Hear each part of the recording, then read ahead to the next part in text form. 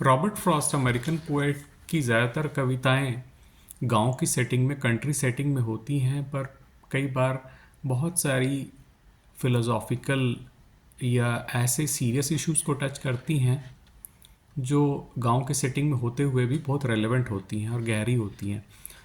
तो old age और loneliness यानी बुढ़ापा और अकेलेपन पे एक कविता, पोएम जो रॉबर्ट फ्रॉस्ट ने लिखी, उसका नाम है an old man's winter night. वो कहते हैं कि चारों तरफ बहुत ठंड है, रात का समय है, और वो ठंड और कुहासा वो इस बूढ़े आदमी को जो एक घर में अकेला है उसे घूर करके देख रहे हैं।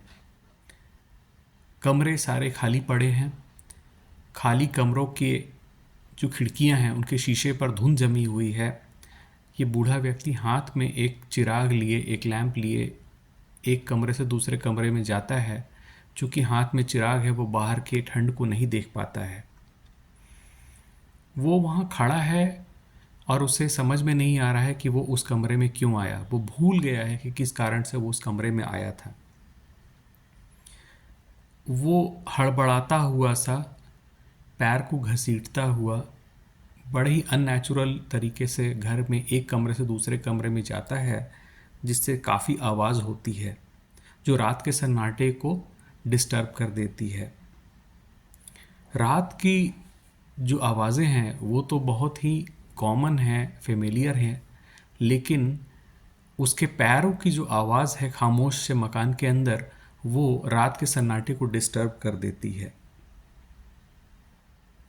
वो ऐसे ही चुपचाप खड़ा है और पूरे मकान को अब वो देख नहीं सकता है, तो वो अब मन में ही जो चांद है उसको, उस घर की रखवाली को के लिए ये काम सौंप देता है, आउटसोर्स कर देता है।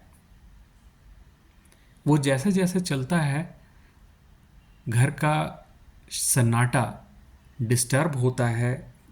घर का जो बेसमेंट है, जो तहखाना है, वो चौंक सा जाता है उसकी पैर की आवाज़ों से सुनकर। वो सोता भी है तो बीच बीच में चौंक जाता है, कभी कोई लकड़ी जो आग में जल रही हो उसके टूटने की, फूटने की आवाज़ से।